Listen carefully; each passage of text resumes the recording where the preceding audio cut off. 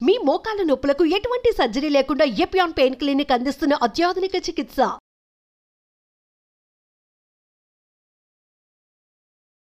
Cigarette తాగే వాళ్ళలో cancer ఉంటే ఎటువంటి లక్షణాలు ఉంటాయి అనేటువంటిది ఒక ప్రశ్న. సిగరెట్ తాగే వాళ్ళల్లో ఏంటంటే క్యాన్సర్ సిగరెట్ స్మోకు వాళ్ళు పీల్చుకునే దగ్గర నుంచి, అంటే పెదవుల మీద సిగరెట్ పెట్టుకొని లోపలికి పొగ పీల్చడం మొదలుపెట్టి మళ్ళీ తిరిగి పొగ వదిలే వరకు ఆ దారిలో, ఆ పొగ ప్రయాణం చేసేటువంటి దారిలో పెదవుల లోపల భాగాలు, బుగ్గ లోపలి భాగాలు, నాలుక, అంగిటి అంటారు కదా, దాని ప్యాలెట్, స్వరపేటిక లోపల్లో నుంచి ఊపిరితిత్తులోకి, ఆ ట్రెకియా, దాని తర్వాత ఊపిరితిత్తులోకి వెళ్ళడం, మళ్ళీ ఊపిరితిత్తుల్లో నుంచి మన సేమ్ ఇదే దారిలో వెళ్ళిన దారిలోనే ఈ పొగ బయట రావడం అనేటువంటి జరుగుతుంటుంది. సో సిగరెట్ తాగే వాళ్ళల్లో ఆర్ బీడీ తాగే వాళ్ళలో కానీ, ఎలాగ పొగాకు ఏ రకంగా తాగే వాళ్ళల్లో అయినా పొగ ప్రయాణం చేసే మార్గంలో ఏమేమైతే దానికి అవయవాలు కానీ వస్తుంటాయో వాటన్నిటికీ కూడా క్యాన్సర్ సోకేటువంటి ప్రమాదం ఉంటుంది.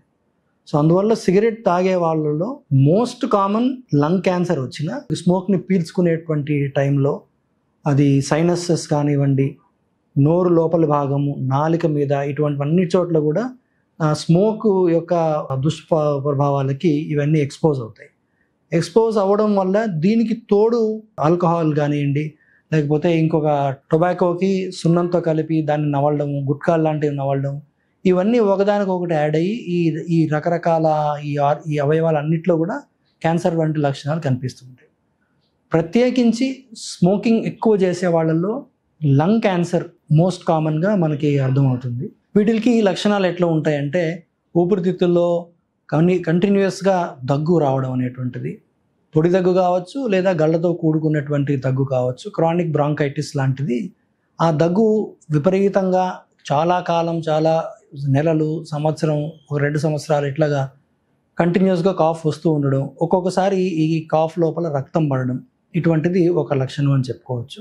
అలాగే ఆయాసం ఎక్కువ అవడం, కొద్ది దూరం నడిస్తేనే, ఇది వరకు 5 కిలోమీటర్లు సునాయాసంగా నడిచేవాళ్ళు, ఈ స్మోకింగ్ ఎక్కువ చేసేవాళ్ళు 2 కిలోమీటర్లకు 1 కిలోమీటర్ నడవగానే వాళ్ళకి ఆయాసం రావడం, ఇది వరకు 2 అంతస్తులు మెట్లు సునాయాసంగా ఎక్కేసేవాళ్ళు ఇప్పుడు 1 అంతస్తు లేదా ఒక 10 మెట్లు కూడా ఎక్కలేకపోవడం, ఇటువంటివన్నీ కూడా లక్షణాలుగా చెప్పుకోవచ్చు. ఇట్లా కాకుండా కొంతమందికి ఏంటంటే ఆకలి తగ్గిపోవడం, బరువు తగ్గడం, ఇటువంటివి కూడా జరగవచ్చు. ఇవి ఊపిరితిత్తుల్లో వాళ్ళకి క్యాన్సర్ గన ఉంటే దానికి వచ్చేటువంటి లక్షణాలు ఇవి ఉంటాయి.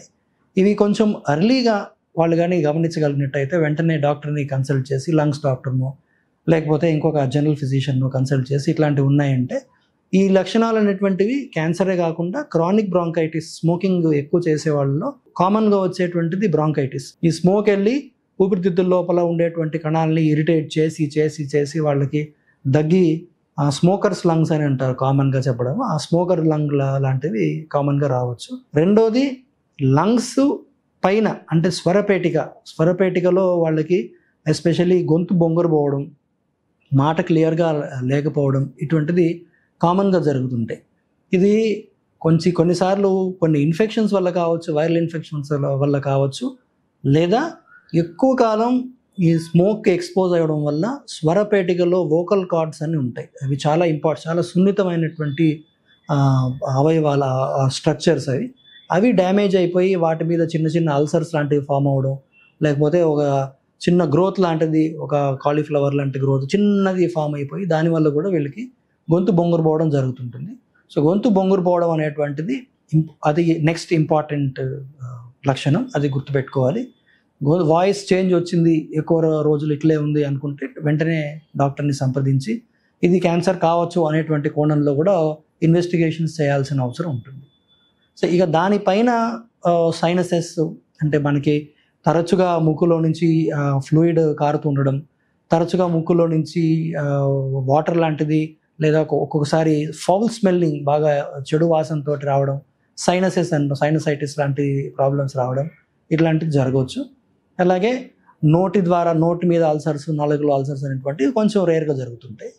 సో ఈ రకంగా చూసుకున్నట్టయితే ఎక్కువ కాలం స్మోకింగ్ చేసే వాళ్ళల్లో క్యాన్సర్కు సంబంధించిన లక్షణాలు మనం చెప్పుకున్నట్టుగా తగ్గకుండా కంటిన్యూస్గా దగ్గు రావడం, అది గళ్ళతో కావచ్చు, గళ్ళ లేకుండా పొడి దగ్గు రావచ్చు, ఒక్కొక్కసారి గళ్ళలో రక్తం పడడం, అండ్ ఇది వరకు సునాయాసంగా చేయగలిగే ఫిజికల్ ఎక్సర్సైజ్ తగ్గిపోవడం, మాటలో మార్పు రావడం, ఛాతీ హెవీగా బరువుగా అనిపించడం, ఇటువంటి లక్షణాలు ఉంటే కనుక వెంటనే డాక్టర్ని సంప్రదించాల్సిన అవసరం ఉంది.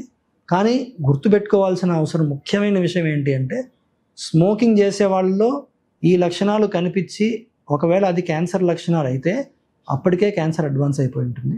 కాబట్టి స్మోకింగ్ ఎస్పెషలీ హెవీ స్మోకర్స్ అయిన వాళ్ళు, 50 ఏళ్ళు పైబడిన వాళ్ళు మన గైడ్ లైన్స్ ప్రకారం low dose CT scan screening కూడా చేసుకోవచ్చు. ఇది ఒకటి గుర్తుపెట్టుకొని మనకి ఏ చిన్న అనుమానం ఉన్నా కూడా మీరు కంగారు పడకుండా డాక్టర్ దగ్గరికి వెళ్ళి ఇటువంటి లక్షణాలు ఉన్నాయి, ఇది క్యాన్సర్ అవ్వచ్చా లేదా అనేటువంటిది మీరు ఒకసారి డిస్కస్ చేస్తే ఆ యాంగిల్లో కూడా మనం ఇన్వెస్టిగేషన్స్ చేసి దాన్ని కొంచెం త్వరగా మనం దాని నుంచి బయటపడడానికి అవకాశం ఉంటుంది. బట్ హూ ఎవర్ ఈ స్మోకింగ్, ఇర్రెస్పెక్టివ్ ఈ లక్షణం ఉన్నా లేకపోయినా, ఈ లక్షణంతో పని లేకుండా అసలు క్యాన్సర్ అనేటువంటి ఆలోచన కూడా రాకుండా, first thing is stop smoking. Smoking stop చేస్తే కొంత కాలంలో ఇవన్నీ చేంజెస్ జరిగిన డ్యామేజ్ అంతా కూడా రివర్స్ అవ్వడానికి అవకాశం ఉంటుంది.